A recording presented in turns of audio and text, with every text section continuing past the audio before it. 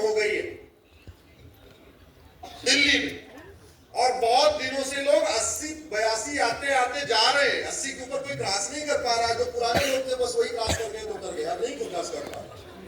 ये जो 12 साल हमारी उम्र कम हुई है, air pollution, water pollution, noise pollution, land pollution, plastic pollution, thermal pollution, radioactive pollution, जो 10 तरीके का पोल्यूशन के हैं, इसको रोकने की जिम्मेदारी केवल समाज की नहीं है। समाज को तो रोकना ही पड़ेगा। आप लोग तो प्रतिदिन हवन कर ही रहे हैं एयर पोल्यूशन रोकने के लिए, लेकिन कुछ और भी करना पड़ेगा। पोल्यूशन का मूल कारण है जनसंख्या विस्फोट। दिल्ली बनी है केवल 20 लाख लोगों के लिए, और दिल्ली में रहते हैं 2 करोड़, और ये दिल्ली का रेशियो नहीं है। हमारे पास दुनिया की मात्र 2% जमीन है, और हमारी जनसंख्या दुनिया की 20% है। मतलब हमारे पास चारपाई 2 है और सोने वाले 20 हैं। हमारे पास दुनिया का मात्र 4% पीने लायक पानी है, मात्र 4%, और हमारी जनसंख्या दुनिया की 20% है। यानी पानी 4 गिलास है और पीने वाले 20 है। कोई आ जाए, भगवान श्री राम अगर आ जाए, तो भी यहाँ air pollution, water pollution, noise pollution, land pollution, plastic pollution, thermal pollution रोक ही नहीं सकते। हाँ, राम नीति लागू हो जाए तब ये रुक जाएगा। और राम नीति क्या है? हमारे कथावाचक कभी इस पे ध्यान नहीं देते, कभी इस पे चिंतन नहीं किया। यार उस समय भगवान श्री राम दुनिया के सबसे बड़े नरेश थे, चक्रवर्ती नरेश थे। ऐसा कौन नहीं होगा जो भगवान श्री राम को अपना दामाद नहीं बनाना चाहता हो। भगवान श्री राम सुंदर थे, पुष्ट थे, दुनिया के सबसे बड़े राजा थे, तो उन्होंने दूसरा विवाह किया क्यों नहीं? अरे इसका जवाब उत्तरकांड में लिखा हुआ है। भगवान श्री राम ने एक नारी का व्रत लिया, और भगवान श्री राम का देखी देखा लक्ष्मण जी ने एक विवाह किया, भरत जी ने एक विवाह किया, शत्रुघ्न जी ने एक विवाह किया, और पूरी प्रजा ने वो सिस्टम फॉलो कर लिया। क्योंकि पहले सिस्टम था यथा राजा तथो प्रजा। कभी इसमें चिंतन नहीं हुआ कि भगवान राम के कितने बच्चे थे? जोर से बताइए जरा। 2, लक्ष्मण जी के 2, भरत जी के 2, शत्रुघ्न जी के 2। यार उस समय ऐसा क्या था? न 1 न 3, चारों भाइयों के 2। मानव इतिहास में इस पृथ्वी पर सबसे पहले हमारे 2 लागू करने वाले भगवान श्री राम हैं। और भारत का संविधान भी कहता है हम 2 हमारे 2 लागू करो। अरे हम 2 हमारे 2 नहीं तो हम 2 हमारे 3 सही, एक बोनस में सही। वो जरूरी है, मान लो दूसरी बार जुड़वा हो गया तो 3 सही। लेकिन भैया चौथे पे तो रोकना चाहिए कि नहीं चाहिए? जोर से बताइए जरा। इसलिए मैंने PIL फाइल किया है कि जो लोग चौथा बच्चा कर रहे हैं, इनकी नागरिकता खत्म हो और इनको 10 साल की सजा और 10 लाख जुर्माना का कानून दिए। क्यों? क्योंकि इनके चक्कर में हमें गंदी हवा मिल रही है।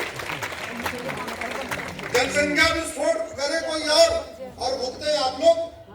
आप टैक्स दे के मरे जा रहे हैं, इनकम टैक्स दे रहे हैं, टोल टैक्स दे रहे हैं, रोड टैक्स दे रहे हैं, वैट दे रहे हैं, TDS दे रहे हैं, GST दे रहे हैं, और फिर भी कर्जा कम नहीं हो रहा। मेरी एक और PIL चल रही है मुफ्तखोरी के ऊपर, फ्रीबीज के ऊपर, जिसमें मैंने आंकड़े दिए। भारत में जब केवल एक टैक्स होता था तो भारत की GDP 40% हुआ करती थी। जब भारत में केवल एक टैक्स होता था तो भारत को सोने की चिड़िया कहते थे। अभी 20 टैक्स चल रहे, इसके बावजूद कर्जा कम नहीं हो रहा। जब मैंने फ्रीबीज वाली PIL फाइल किया तो भारत के ऊपर 150 लाख करोड़ का कर्जा था। अभी हमारा मैटर सुप्रीम कोर्ट में पेंडिंग है, फाइनल जजमेंट आया नहीं है, और इस समय भारत के ऊपर 250 लाख करोड़ का कर्जा है। मैंने भी पिछले सप्ताह मेंशन किया, कोर्ट कब्जे का बेंच बना दीजिए, इसमें जल्दी सुनवाई करिए, कुछ ऑर्डर पास करिए। मैटर के पेंडिंग रहते 100 लाख करोड़ का कर्जा बढ़ चुका है। पेट से बच्चा पैदा हो रहा है 1.5 लाख के कर्जे में। अब भारत सोने की चिड़िया नहीं, कर्ज की रानी हो चुका है। फिर वापस इसको आप ठीक कर सकते हैं क्या? जोर से बोलिए जरा। मुफ्तखोरी आप रोक सकते हैं, हरामखोरी आप रोक सकते हैं, काम चोरी आप रोक सकते हैं, सबको मिलके करना पड़ेगा। धर्म की जय हो, अधर्म का नाश हो, गाड़ियों में सद्भावना हो, विश्व का कल्याण हो। हमसे 2 साल के बाद, अरे भैया ये तो 7:35 हो गए। विनय जी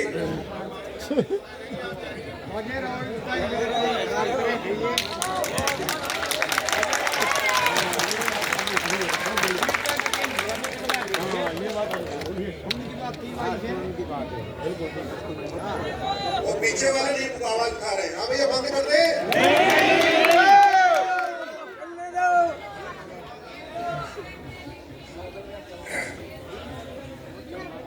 हमसे 2 साल के बाद चीन आजाद हुआ था।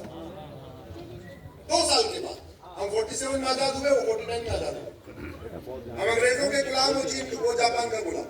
और पूरी दुनिया में किसी को पता ही नहीं कि चीन गुलाम था। क्यों? क्योंकि अपने उसने स्कूलों में पढ़ाया नहीं कि चीन गुलाम था। और पूरी दुनिया को पता है कि हम गुलाम थे, क्योंकि हम लगातार पढ़ाए जा रहे, हम गुलाम थे। एक और काम किया उसने, 1949 में आजाद हुआ, 1950 में उसने जापानियों का नामो निशान मिटा दिया। न किसी जापानी के नाम पे सड़क, न जापानी के नाम पे मोहल्ला, न जापानी के नाम पे गली, न स्कूल में कोई जापानी के नाम पे चैप्टर, पूरा उड़ा दिया।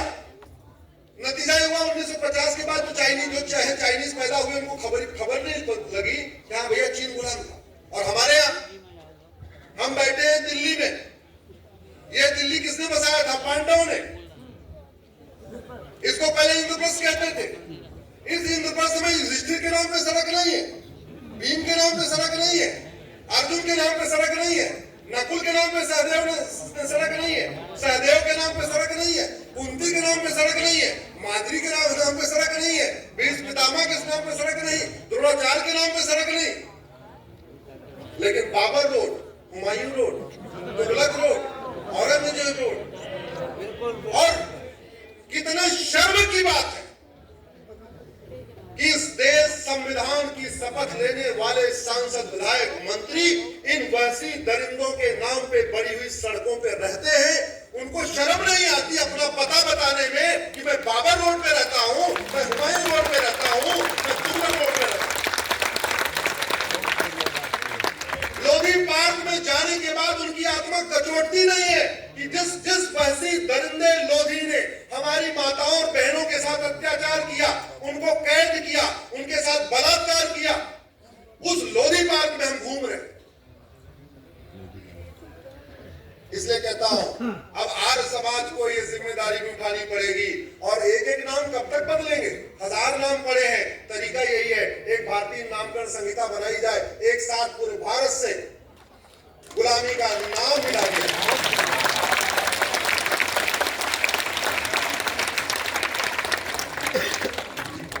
वैसे दरिंदे आए, उन्होंने तोड़ा, लूटा, हमारे पूर्वजों को मारा। गुरु तेग बहादुर जी की हत्या किया, गुरु गोविंद सिंह जी को उन्होंने क्या किया सबको पता है, स्वामी श्रद्धानंद जी के साथ क्या किया सबको पता है। काशी, मथुरा, भद्रकाली, भोजशाला, अटाला। भारत का संविधान के प्रियम्बल का पहला शब्द है सोवरिन। सोवरिन को हिंदी में कहते हैं संप्रभु। संप्रभु का मतलब होता है गुलामी का न नाम हो, न गुलामी का निशान हो। आज तक मुझे समझ में नहीं आ रहा सोवरिन को हिंदी में क्या समझ रहे हैं। सोवरिन का मतलब होता है संप्रभुता। संप्रभुता का मतलब न गुलामी का नाम हो, न गुलामी का निशान हो। कब तक एक एक मंदिर हम लोग मुक्त कराएंगे? पहले अयोध्या फ्री कराएंगे, फिर काशी फ्री कराएंगे, फिर कोर्ट के जरिए तो तारीख पे तारीख चलती रहेगी। अब इसका समाधान ये है, भारत के संविधान का आर्टिकल 49 कहता है एक भारतीय धरोहर संहिता बनाओ। एक भारतीय धरोहर संहिता बना के जितने ऐसे स्थान हैं, मैं ये नहीं कह रहा हूं एक झटके में वापस ले लो, मैं कह रहा हूं पहले सर्वे करवा लो। हमारे पास टेक्नोलॉजी है, हम चंद्रयान बना सकते हैं, मंगलयान बना सकते हैं, अग्नियान बना सकते हैं, परमाणु बम बना सकते हैं। तो हमारे क्या हम वो जो ढांचा है, वो जो मंदिर है, उसको चेक करके ये नहीं पता कर सकते कि तोड़ा गया है वास्तव में एज इट इज है? हो सकता है कि नहीं हो सकता? आवाज उठाइए, एक भारतीय धरोहर संहिता बनाई जाए और भारतीय धरोहर संहिता बना के जो गुलामी के निशान है इनको वापस किया। मुगलों ने 1000 मदरसा खोला था। स्टेट में 3.5 लाख मदरसे चले। और जब मुगल चले गए तो फिर मदरसा चलना चाहिए क्या? जोर से बताइए जरा। चलना चाहिए। जब अंग्रेज चले गए तो ये कॉन्वेंट चलना चाहिए क्या? नहीं चाहिए। जब अंग्रेज चले गए तो ये मॉन्टेसरी मिशनरी चलना चाहिए क्या? अगर एक रेलवे बोर्ड से विनय जी पूरे देश की रेलवे चल सकती है तो एक एजुकेशन बोर्ड से पूरे देश के स्कूल नहीं चल सकते क्या? चल सकते हैं। अगर भारत में जीएसटी लागू हो सकता है, सामान के अनुसार टैक्स तय हो सकता है, इस वाले पे 12%, इस वाले पे 18%, इस वाले पे 5%, तो वन नेशन वन सिलेबस नहीं हो सकता है क्या? अरे भैया, कश्मीर से कन्याकुमारी मैथ का सिलेबस एक हो सकता है, कश्मीर से कन्याकुमारी फिजिक्स का सिलेबस एक हो सकता है, केमिस्ट्री का एक हो सकता है, जूलॉजी का एक हो सकता है, बॉटनी का एक हो सकता है, हिस्ट्री का एक हो सकता है, इंग्लिश का एक हो सकता है, हिंदी का एक हो सकता है, संस्कृति का एक हो सकता है। ऐसा कौन सा विषय है जिसका हरियाणा का सिलेबस अलग होना चाहिए, यूपी का अलग होना चाहिए, बिहार का अलग होना चाहिए, बंगाल का अलग होना चाहिए? अरे इस देश में कृष्ण और सुदामा एक साथ बैठ के एक किताब पढ़ते थे। आज की डेट में मंत्री और संतरी की किताब अलग अलग है, एक है, जो बताइए। और कहते हैं हम समरसता लाएंगे, समानता लाएंगे। समान शिक्षा के बिना समरसता की बात करना, समान शिक्षा के बिना समान अवसर की बात करना, ये केवल और केवल एक कल्पना है। जब तक समान शिक्षा लागू नहीं होगी तब तक समान सोच तैयार नहीं होगी। और ये मदरसे कितने खतरनाक है। मदरसों में क्या सिखाया जाता है? वेद हराम है, यानी आर्य समाज वाले सारे। मंदिर में पूजा करना हराम है, सब बेकार। ऐसी शिक्षा दी जा रही है। एक अभी बयान आया था, उससे पूछा मूर्ति पूजा बड़ा अपराध है कि बलात्कार? उसने बोला मूर्ति पूजा। बलात्कार उतना बड़ा अपराध नहीं है, मूर्ति पूजा ज्यादा अपराध। पहले 1000 मदरसे थे मुगलों के समय, अभी 3.5 लाख है। तो खतरा बढ़ रहा है कि घट रहा है? जोर से बताइए जरा। और आप मदरसा बंद कर सकते हो क्या? आप आवाज उठा सकते हो, आप समान शिक्षा लागू करने की मांग कर सकते हो, आप यूनिफॉर्म एजुकेशन सिस्टम लागू करने की मांग कर सकते हो। लागू तो या तो संसद से होगा या तो सुप्रीम कोर्ट से होगा, और कोई तरीका नहीं है। अनफॉर्चुनेटली ऐसे विषयों पे चर्चा नहीं हो रही है। 1861 का पुलिस एक्ट चल रहा है आज तक, और नतीजा क्या है? हर राज्य की पुलिस का बिहेवियर अलग अलग है। यूपी में जो ये दिल्ली में हुआ है होली के दिन, अगर ये होली के दिन दिल्ली उत्तर प्रदेश में हुआ होता तो क्या होता? क्या क्या हो चुका होता? जोर से बताइए।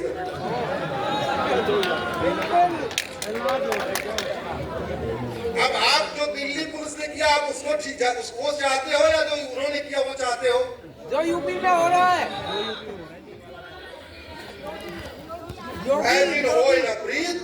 सटे साठ्यम समाचरे। योगी बाबा इस समय राम नीति को अपना रहे हैं और समाज में शांति के लिए ये जरूरी है। भारत में विनय जी प्रतिवर्ष 2 लाख लोग झूठी केस से परेशान होकर आत्महत्या कर रहे हैं। मैंने एक लेटेस्ट पीआई फाइल किया अभी सुप्रीम कोर्ट में। फतेहपुर में एक श्रीवास्तव परिवार के 3 सदस्यों ने आत्महत्या कर लिया। क्यों? झगड़ा हुआ था पैसे का, उसके ऊपर मुकदमा कुछ और लगे। रेवाड़ी में एक यादव परिवार ने आत्महत्या कर लिया। क्यों? झगड़ा हुआ था जमीन का, मुकदमा कुछ और लगे। झगड़ा होता है चक्रोट का, मुकदमा लगता कुछ और। झगड़ा होता है जमीन का, मुकदमा एफआईआर लिखा जाता किसी और धारा में। झगड़ा होता है पति पत्नी में, और नंद नंदोई, सास ससुर, जेठ जेठानी और देवर देवरानी सबको उठा के ठोक दे रहे। भारत पूरी दुनिया में राम राज्य की बात होती है। क्यों? क्योंकि भारत में झूठ बोलना, झूठी शिकायत करना, झूठी जांच करना, झूठी गवाही देना ये सीरियस क्राइम नहीं है। इसलिए मैंने पीआईएल फाइल किया है कि झूठ बोलने वालों को, झूठी शिकायत करने वालों को, झूठी जांच करने वालों को, झूठी गवाही देने वालों को कम से कम 10 साल की सजा मिलना चाहिए। ये आवश्यक है। भारत की कोई भी समस्या लाइलाज नहीं है। मैं फिर से कह रहा हूं,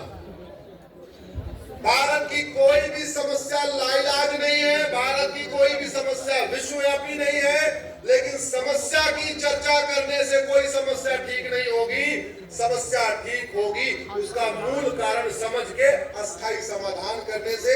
एक बात और याद रखिए, बीमारी को डॉक्टर ठीक नहीं करता, बीमारी को दवाई ठीक करती है। डॉक्टर अच्छा हो लेकिन दवा गड़बड़ हो, बीमारी ठीक नहीं होगी। आपका ड्राइवर अच्छा हो, आपकी गाड़ी गड़बड़ हो, आपकी यात्रा सुरक्षित नहीं होगी। आपका आर्किटेक्ट अच्छा हो, आपका मिस्त्री अच्छा हो, आपका सीमेंट बालू गड़बड़ हो, आपका घर सुरक्षित नहीं होगा। आपको भोजन बनाना बहुत अच्छा हो, आता हो, लेकिन अगर आपका तेल मसाला गड़बड़ है, सब्जी गड़बड़ है, दाल मिलावटी है, तो आपका भोजन भी सुरक्षित नहीं होगा। वैसे ही शासक कितना ही अच्छा हो, जब तक नियम कानून अच्छा नहीं होगा, एजुकेशन सिस्टम नहीं बदलेगा, तब तक देश सुरक्षित नहीं होगा। और मैं आपसे पूछता हूं, आपको आधुनिक घर चाहिए या सुरक्षित घर? जोर से बोलिए। तो आपको आधुनिक भारत चाहिए या सुरक्षित भारत? हमारी पहली आवश्यकता ये है, ये जो 25 लाख लोगों की अकाल मौत हो रही है, ये रुके, लफ्ज़ जिहाद रुके, लैंड जिहाद रुके, धर्मांतरण रुके, घुसपैठिए वापस भागे, जनसंख्या विस्फोट रुके, तब देश सुरक्षित होगा। क्योंकि जिस गति के साथ डेमोग्राफी बदल रही है, लफ्ज़ जिहाद, लैंड जिहाद, धर्मांतरण, घुसपैठ, जनसंख्या विस्फोट के कारण, इसको नहीं रोका गया तो 25 साल के बाद आपने जो सोचा नहीं है वो दिन देखना पड़ेगा। एक बात याद रखना, आडवाणी जी, जेठमलानी जी, इंद्र कुमार गुजराल साहब, मनमोहन सिंह जी अपना मकान, दुकान, खेत खलिहान, उद्योग, व्यापार छोड़ के भागे कि नहीं भागे? यश चोपड़ा, प्रेम चोपड़ा, सुनील दत्त, गुलजार, ये जितने हीरो हीरोइन है, ये सब अपना मकान, दुकान, खेत से खलिहान छोड़ के भागे कि नहीं भागे? अंत में मैं इतना ही कह रहा हूं, जिन आज के नेता और अभिनेता 25 साल के बाद आपका मठ, मंदिर, मकान, दुकान, खेत खलिहान, उद्योग, व्यापार बचाने नहीं आएंगे। न 1947 में कोई आया, न 2047 में कोई आएगा। लेकिन जिन कानूनों की बात मैं कर रहा हूं, अगर ये कानून तत्काल बन गए तो आपकी 25 पीढ़ियां सुरक्षित रहेगी, इसकी गारंटी मैं लेता हूं। इसी के साथ मैं अपनी बात खत्म करता हूं। आप लोगों ने इतना धैर्य से सुना, उसके लिए आभार व्यक्त करता हूं। आप लोगों ने मुझे बुलाया, विशेष रूप से विनय जी ने बुलाया, इसके लिए आभार व्यक्त करता हूं। आज समाज के लोग पूरी दुनिया में छाए हुए हैं, पूरी दुनिया में है, हर क्षेत्र में है। आप जो कर सकते हैं, लेकिन अब यज्ञ करिए। कौन सा यज्ञ? धन यज्ञ करिए, ज्ञान यज्ञ करिए, समय यज्ञ करिए, जो जो यज्ञ कर सकते हैं करिए, नहीं तो 25 साल के बाद स्थितियां ठीक नहीं रहेंगी। बहुत बहुत धन्यवाद, बहुत बहुत आभार।